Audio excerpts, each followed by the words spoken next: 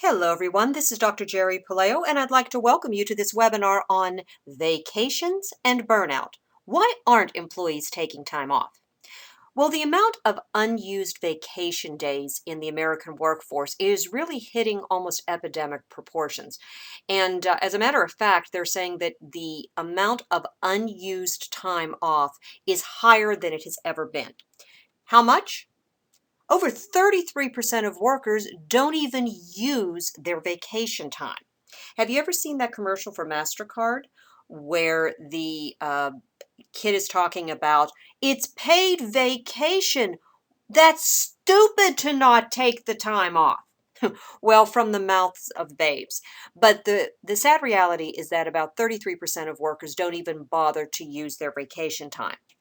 What that translates into is over 169 million vacation days that are basically left on the table. In other words, the employees have the time off, but they're basically giving time to the employer free, particularly if it's a paid vacation.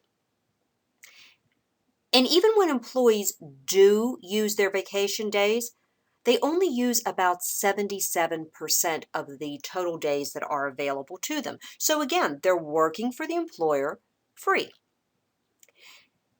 Even when employees are taking vacation time off, about 72%, and that's a pretty large majority, still stay in touch with the office. This is the problem with the 24/7 e-leash. Even if they're on vacation, they're calling into the office or checking their emails or responding to emails. In other words, they're on vacation, but they've never really left work.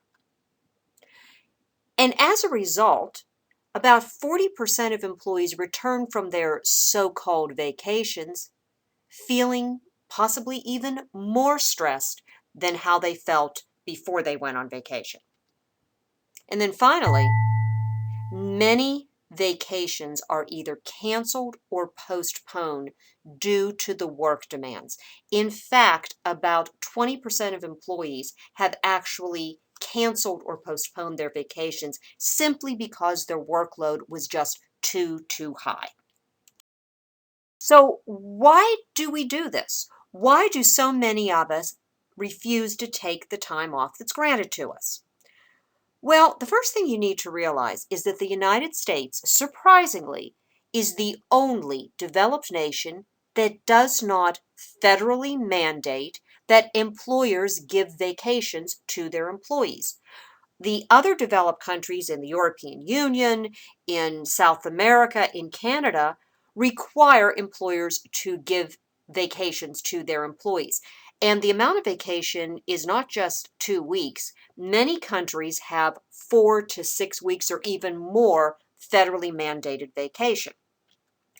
But that said, because there's no federal mandate for U.S. employers to offer paid vacations to employees, about 25% of U.S. employees only have unpaid vacation days. So this can give us some insight into why we aren't taking the time off. It can be a fear of the workload upon the return, or it could be that we don't take the vacation days because we need the money.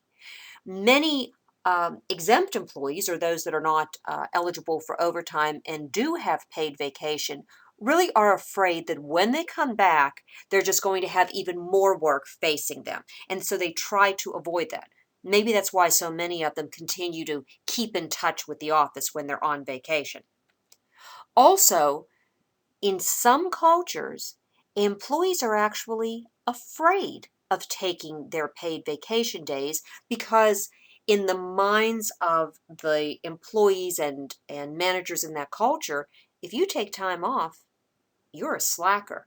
The really good employees, so their logic goes, don't take the time off and they're totally committed to the employer. But it's about time that employers begin to demand that their employees take time off. There's been a lot of recent studies out regarding the effects of employees who take vacations versus employees who don't take vacations and the effects on their productivity and performance. And what they discovered is when employees do take time off, they tend to have better performance reviews, which means they've got higher productivity.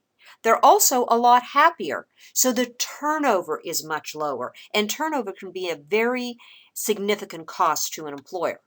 Also, their morale is better. They've taken time away from the office or the store or wherever they're working, and they're more dedicated to their employer as a result. They've taken the time to regroup. This all leads into a healthier workforce, less stress, less burnout, less diseases that are associated with stress. So, what are some of the trends in vacation? I think you're going to be surprised. Unlimited or unmonitored vacation days. Now, some of you might be thinking, oh, come on, employees would take advantage of it. But that's why it goes back into the selection and recruitment and retention policies. If you've got good, dedicated workers with a strong work ethic who are committed to getting the job done, then the vacation days in general will not be abused. Now, this is a trend that started in the West Coast, but many companies are using this. Some examples: the Virgin Group, Virgin Airlines, and all of the other companies under the Virgin Group. Netflix also offers unlimited or unmonitored vacation days. And finally, HubSpot. So these are three companies that are leading the charge to have employers recognize that the human resources are human and we all need time off. Now, this is not just a feel-good idea that we're all sitting around and holding hands and singing Kumbaya. In reality, what they've discovered is by encouraging employees to take their time off, there's been an increase in productivity of 200%. So vacation time and taking time off are not just good for the employee, but they can have significant bottom line results for the employer.